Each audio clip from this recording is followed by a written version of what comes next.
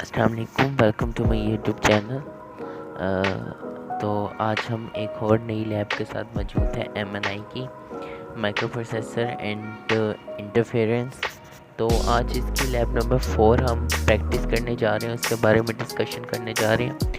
तो जो हमारी लैब है वो बेसिकली आज रिलेटेड है, उसमें प्रैक्टिस करेंगे असेंबली कोड को using address modes and it's implement on EMU 8086।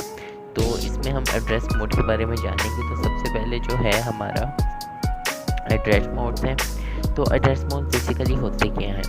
N address mode specify how to calculate the effective memory address of an operand by using information held in registers or constant containing with a machine instructions or elsewhere। मतलब ये हमें बताता है memory में address जो कि मौजूद होता है रजिस्टर्स में, और उसके बारे में ये हमें इंफॉर्मेशन बताता है। तो एड्रेस मोड का हम जैसे आगे डिस्कस करते हैं तो आगे उसकी और तकरीबन 6 to 5 टाइप्स आ जाती हैं। 6 to 5 टाइप्स में सबसे पहली जो टाइप है वो है register addressing। In this mode the source operator, destiny operator और both are to be contained in the 8086 register। इस जो एड्रेसिंग में जो सोर्स ऑपरेट होता है और डेस्टिनी ऑपरेट होता है वो जो दोनों मौजूद होते हैं 808 रजिस्टर में। यहाँ पे कुछ इसकी एग्जांपल दी गई है जिसमें हमें CX की वैल्यू को मूव कराया है DX में और DL की वैल्यू को मूव कराया है BL में। Then we are going to discuss immediate addressing. तो ये जो एड्रेसिंग होती है वो यूज़ होती है ट्रांसफ़र करती है सोर्स को इमीडिएट बिट और word of data into destiny register और मेमोरी लोकेशन।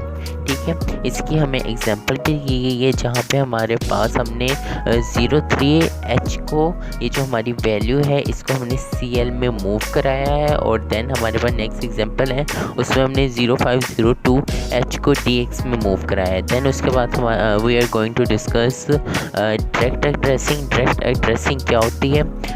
ये एड्रेसिंग होती है between memory location and a register. The instruction set does not supports a memory to memory transfer except from moves instruction. मतलब ये direct memory to memory transfer नहीं करता result को जब तक आप मूव की इंस्ट्रक्शन ना लगाएं। तो इसकी हमें कुछ एग्जांपल दी गई है जहाँ पे हमने मूव किया है CX एंड स्टार्ट, मतलब CX में वैल्यू को डाल के हमने इसको स्टार्ट किया है, फिर उसके बाद हमने BL में वैल्यू डाली है। Start can be defined as an address by using the assemble DB मतलब डिफाइंड बिट और DW मतलब डिफाइंड वर्ड। तो ये हम यूज़ करते हैं। फिर उसके बाद हमारे पास है रजिस्टर इनडायरेक्ट एड्रेसिंग जो कि ट्रांसफ़र करता है बिट और word between a registers and memory location, और एड्रेसिंग बाय इंडेक्स और बेस रजिस्टर होता है। तो इसमें जो इंडेक्स और बेस रजिस्टर होते हैं वो BP, BX, DI और SI होते हैं। तो ये हमारे पास कुछ एग्जांपल्स दी गई हैं। देन उसके पास हमारे पास लोकल इफेक्ट एड्रेस है जो कि इसकी टाइप नहीं है, लेकिन ब्रीफली यहाँ पे उसको एक्सप्लेन किया गया है कि वो क्या काम करता है। और उसके बाद हमें अरे बताई गई है। अरे क्या होती है? अरे चेन होती है वेरिएबल की, जो कि वेरिएबल को अपने जितने भी वेरिएबल्स होते हैं वो कंसीड होते हैं एक चेन की फॉर्म में होती है, और इसको हम टेक्स्ट स्ट्रिंग कहते हैं, जो कि सारे करैक्टर्स को अपने अंदर एब्जॉर्ब करती है।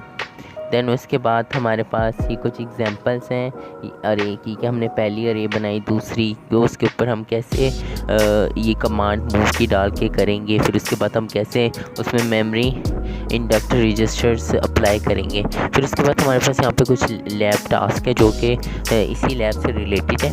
तो उम्मीद है कि आपको ये ब्रीफली एक्सप्लेनेशन समझ आ गई होगी कि कैसे हमने एड्रेस मोड्स और उसकी इम्प्लीमेंटेशन की है। तो तब तक के लिए अल्लाह हाफिज़। अगर आपको मेरा चैनल अच्छा लगे तो मेरे चैनल को सब्सक्राइब करें, इस वीडियो को लाइक करें, शेयर करें और कमेंट करें।